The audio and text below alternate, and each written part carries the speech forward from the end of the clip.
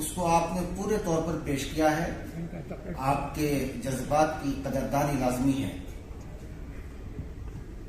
فتح یاب ہونا، فرسٹ آنا، سیکنڈ آنا، تھرڈ پوزیشن پہ آنا یا نہ آنا ایک الگ حصہ ہوتا ہے، لیکن آپ کے جذبات کی قدردانی صرف اس وجہ سے ہے کہ آپ اس صحافت کو سلام کر رہے ہیں جس صحافت نے ہندوستان کو آزادی دلانے میں اہم رول ادا کیا ہے. لیکن ایک بات جو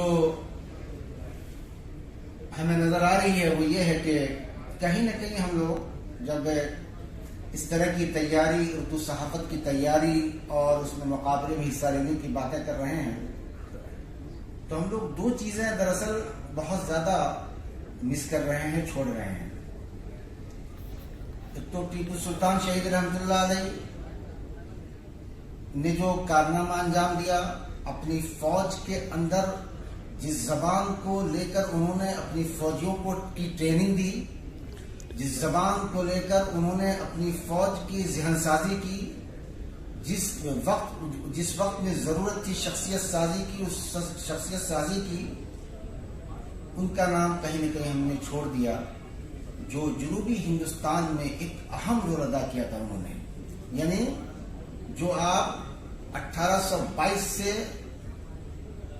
تاریخ آپ مرتب کر رہے ہیں وہ کہیں نہ کہیں اس سے پہلے تاریخ جنوبی ہندوستان میں لکھی جا چکی تھی. یہ الگ بات ہے کہ چونکہ اخبار جامع جہاں نما ایک سلسلہ وار طریقے سے اس کے بعد ہمارے پاس موجود ہے، اس وجہ سے ہم لوگ انٹرنیٹ کے زمانے میں یا کتابوں کی دنیا میں زیادہ سے زیادہ نام لے رہے ہیں.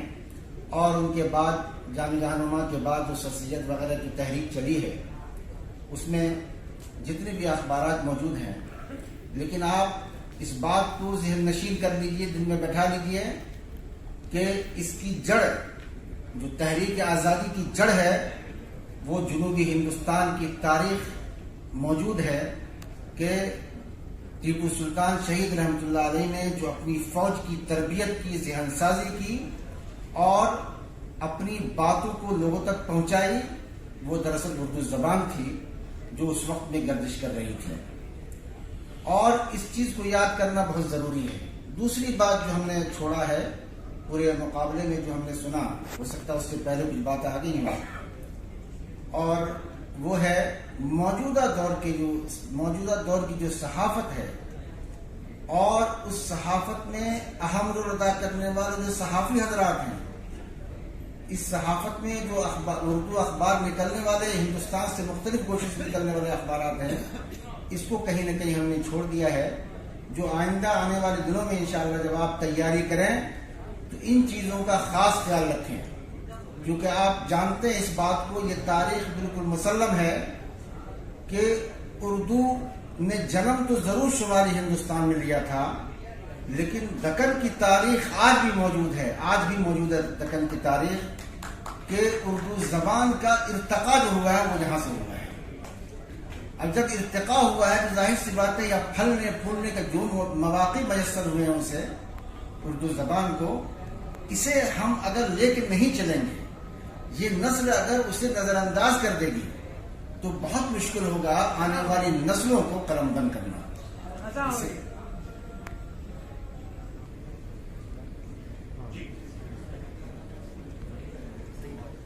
تو ہم دراصل اس سفر پہ تھے جب ٹیپو سلطان شہید رحمۃ اللہ علیہ نے فوجی اخبار کے نام سے ایک اخبار شروع کیا تھا اپنی فوج کو مکمل طور پر تیار کرنے کے لیے.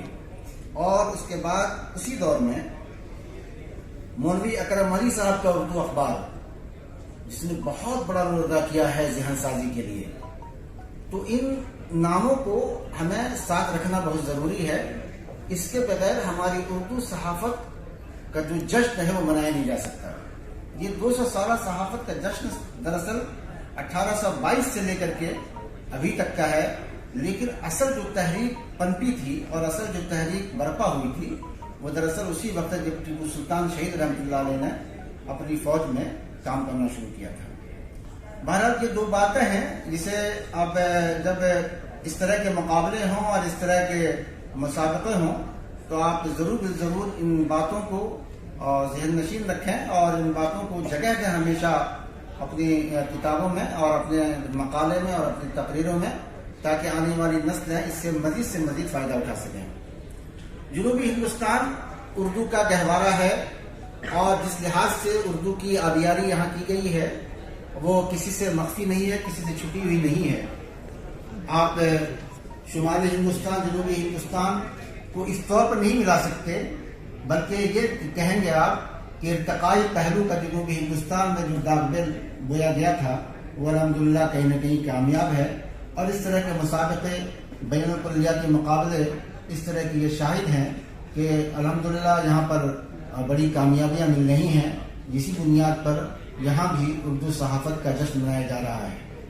جبکہ موجودہ دور میں ایک حقیقت ہے جو مدراس کے تعلق سے، چنئی کے تعلق سے ہے، یا جنوبی ہندوستان کی، اس میں خصوصاً یہ جو تمل ناڈو کا علاقہ ہے، اردو اخبارات نہیں ہیں، یہ جو ہیں وہ علاقائی سطح پر ہیں۔ کوئی ریاستی سطح پر اخبار جو مسلمان تھا اس کے بعد سے ابھی تک سامنے نہیں آیا ہے، لیکن اس کے باوجود اس طرح کا لگن، اس طرح کا جوش، اس طرح کا جذبہ اگر آپ کے اندر پایا جاتا ہے، اور منتظمین میں اگر اس طرح کی نیت ہوتی ہے کہ ہم اپنے بچوں کو اردو صحافت کے جشن کے تعلق سے، اردو صحافت کے تعلق سے ہم بتائیں، تو یہ بہت بڑی بات ہے۔ یہ اس بات کی علامت ہے کہ آپ کے اندر اردو صحافت، اردو سے محبت، اردو سے لگن، اردو کو فروغ دینے کا جذبہ بہت زیادہ ہے۔ قابل مبارکباد ہیں آپ تمام لوگ۔ اب مجھے جو ہم نے ماضی کی تاریخ سنی ہے بہت زیادہ شاندار ہے۔ 200 سال کی صحافت بہت زیادہ شاندار ہے۔ صحافت دراصل اسی کا نام نہیں ہے کہ ہم نے کچھ لکھ دیا، کچھ پڑھ لیا۔ آپ نے قرآن میں بچپن سے پڑھا ہوگا، ہمارے بزرگوں نے بھی، ہم بھی پڑھے ہیں، صحف ابراہیم و موسیٰ، یا اللہ کے رسول صلی اللہ علیہ وسلم کا آخری وہ جملہ بلغوا عنی ولو آیہ۔ یہ دراصل صحافت کا تعلق آدم علیہ السلام سے لے کر رہتی دنیا تک رہے گی، جب تک دنیا قائم ہے تب تک رہے گی۔ اس کی نوعیت بدل سکتی ہے، اس کی طباعت بدل سکتی ہے، اس کے حالات بدل سکتے ہیں۔ جیسے موجودہ وقت میں کہا جاتا ہے کہ سوشل میڈیا کے زمانے میں اب پرنٹ میڈیا دم توڑنے لگا ہے۔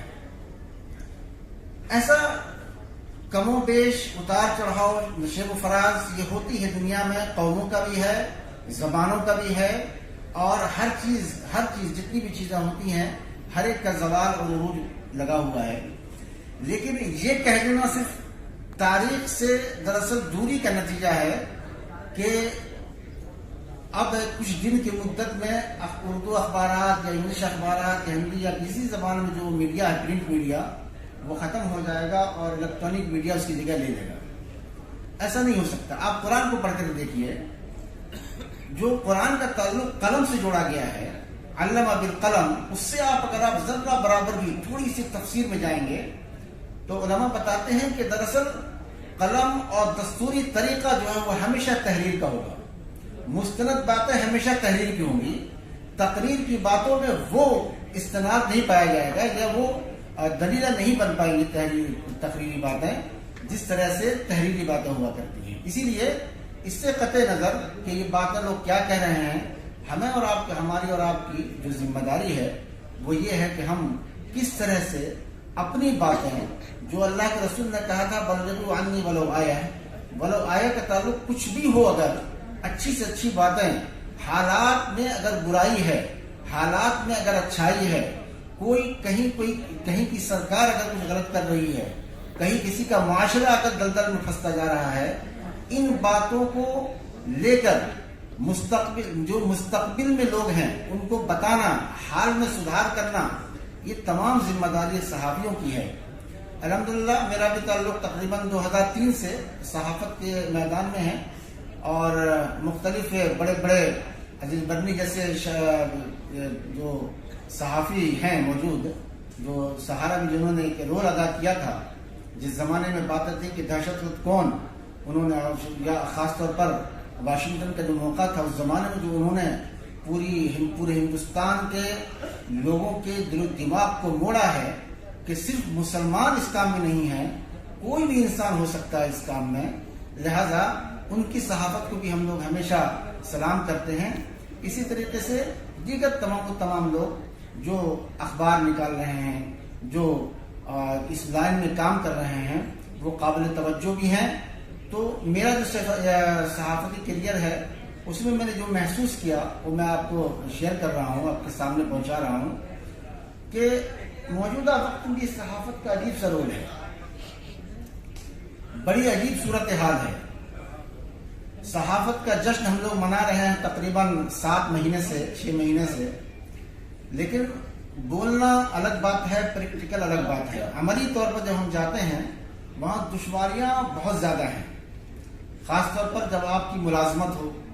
اگر آپ مالک ہیں تو آپ اپنے اوپر چلا رہے ہیں, لیکن اگر کسی کی ملازمت ہے تو اس کے لیے بڑی پریشانیوں کا سفر ہے یہ کام. آپ کس کے خلاف لکھنا ہے, کس کے حق میں لکھنا ہے, یہ طے کرتے ہیں ہمارے جو مالکین ہوتے ہیں وہ.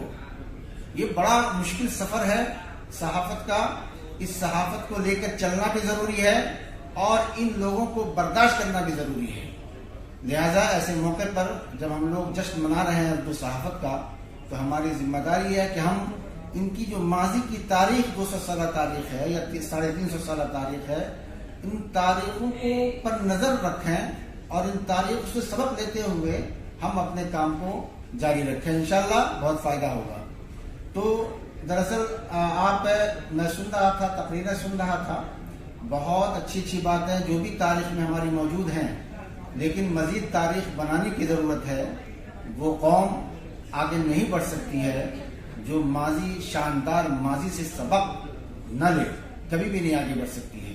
شاندار ماضی ہے جیسے کہ آپ نے ذکر کیا ہے, اور جس طریقے سے منتظمین نے اردو صحافت کے جشن کو سامنے رکھا ہے, ہم امید کرتے ہیں انشاءاللہ کہ ہمارا مل کر جو صرف ہم ماضی کی تاریخ پر فخر نہیں کریں گے, بلکہ ہماری ایک ایسی تاریخ مرتب ہوگی اس بین الکلیاتی مسابقہ کے پلیٹ فارم سے, جہاں ہماری آنے والی نسلیں, ہمارے آنے والے مورخ اس بات کو لکھیں گے کہ ہاں ایسے دور میں جب اردو صحافت کا جشن منایا جا رہا تھا, لیکن اردو صحافت کا گرتا ہوئے معیار بھی سامنے تھا, ایسے وقت میں بین الکلیاتی مقابلہ ہوا, وہاں سے چند ایسے لوگ مل گئے جنہوں نے صحافت کی آبرو رکھی, جنہوں نے صحافت کو عزت دی, جنہوں نے اردو زبان کو اپنی گلے سے لگایا, اور جنہوں نے اس اردو زبان کو آگے بڑھاتے ہوئے آنے والی نسلوں کو کما حق و ایمانداری کے ساتھ پہنچایا.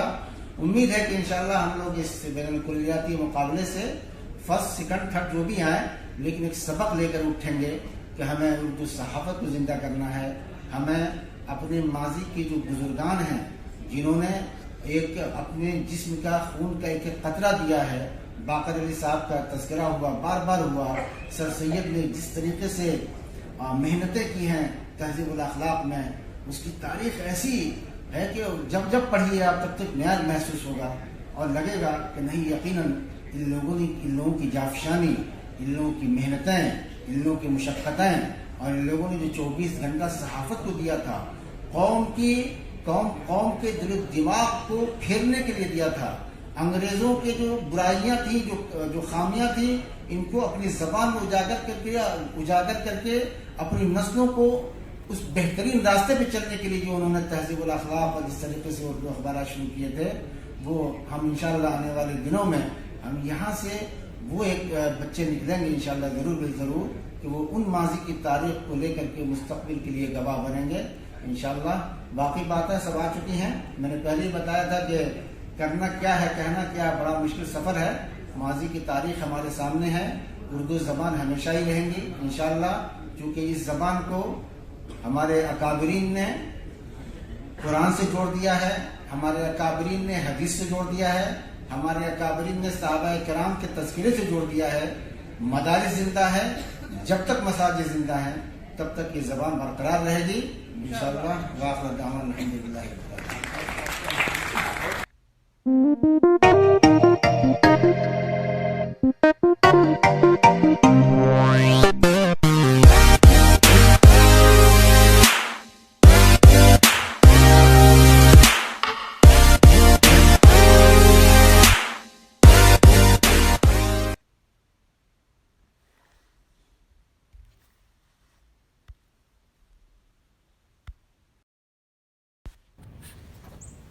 جناب اسجد نواز صاحب روزنامہ سالار کے مدیر ہیں. ہم سالار پڑھتے ہیں. آمبورا اور وان باڑی میں اردو دان طبقہ اردو رسالوں اور روزناموں پر ایک حد تک نظر رکھتا ہے، مگر اس میں اضافے کی ضرورت ہے. بہترین خطاب کے لیے اسجد صاحب کا بہت بہت شکریہ. میاسی اردو اکیڈمی سے درخواست ہے کہ وہ اردو کی ترقی کے لیے سوچ سمجھ کر کچھ نہ کچھ قدم اٹھائیں اور نوجوان اردو دانوں کو اکیڈمی میں جگہ دیں. شکریہ.